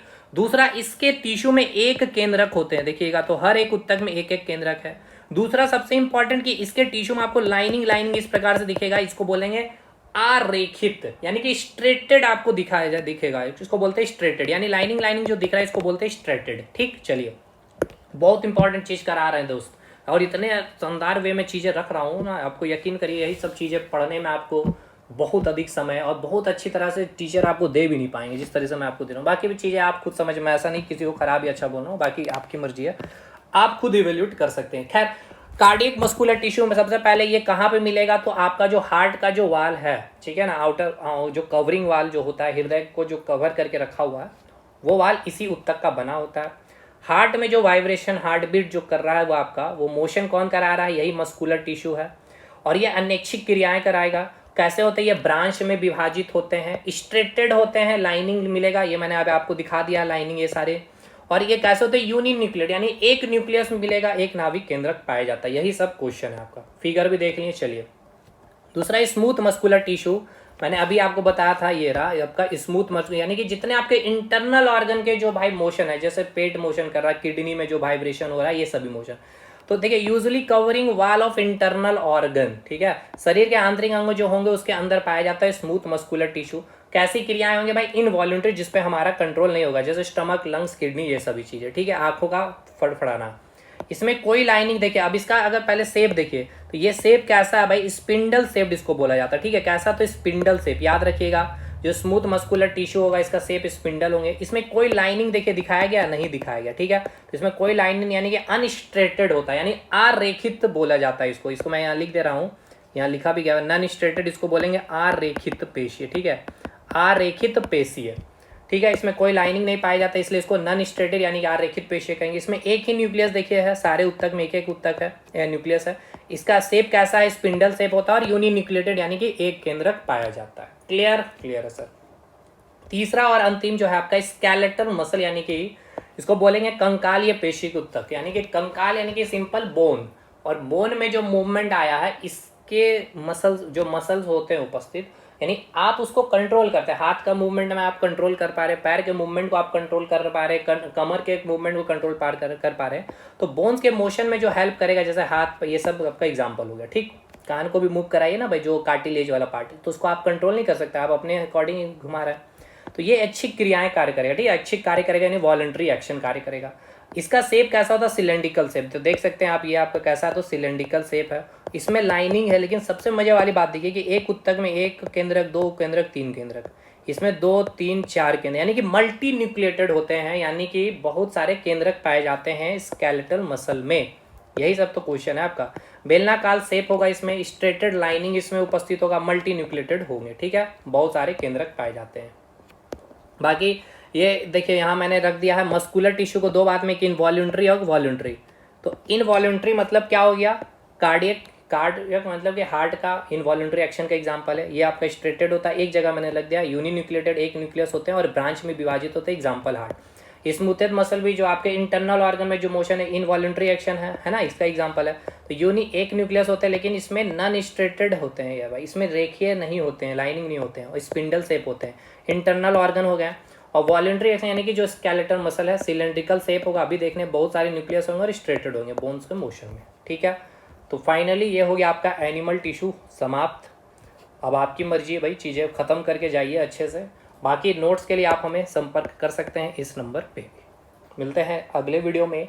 1857 का विद्रोह वन शॉट वीडियो होगा, जो बहुत इंपॉर्टेंट है। जैसे मैंने कहा पहले भी, बीपीएससी में पूरा history, science, Bihar special, current affair, then geography, polity, economics, तीनों में कोई भी 2 चीज़ अच्छा कर लीजिए, सिलेक्शन फिक्स है।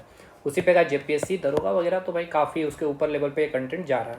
मिलते हैं नेक्स्ट वीडियो में, तब तक के लिए धन्यवाद। अच्छा, एक चीज़ और, 3 देखिए, ये हो गया ना आपका epithelial tissue, connective tissue, muscular tissue देखा, और ये तो मैंने आपको बताया नर्वस सिस्टम में जितना ब्रेन वगैरह जो भी चीज़ें हमने पढ़ लिया, वही सारे टिश्यू तक से बने होंगे नर्व टिश्यू से ही। ठीक है, यही इतना ही क्वेश्चन आएगा नर्व टिश्यू से, कंट्रोल, कोऑर्डिनेशन, या ब्रेन वगैरह में कौन से टिश्यू उपस्थित होंगे, स्पाइनल कॉर्ड में तो नर्व टिश्यू उपस्थित होंगे। ठीक है, दैट्स ऑल। मिलते हैं अगले वीडियो में, तब तक के लिए धन्यवाद।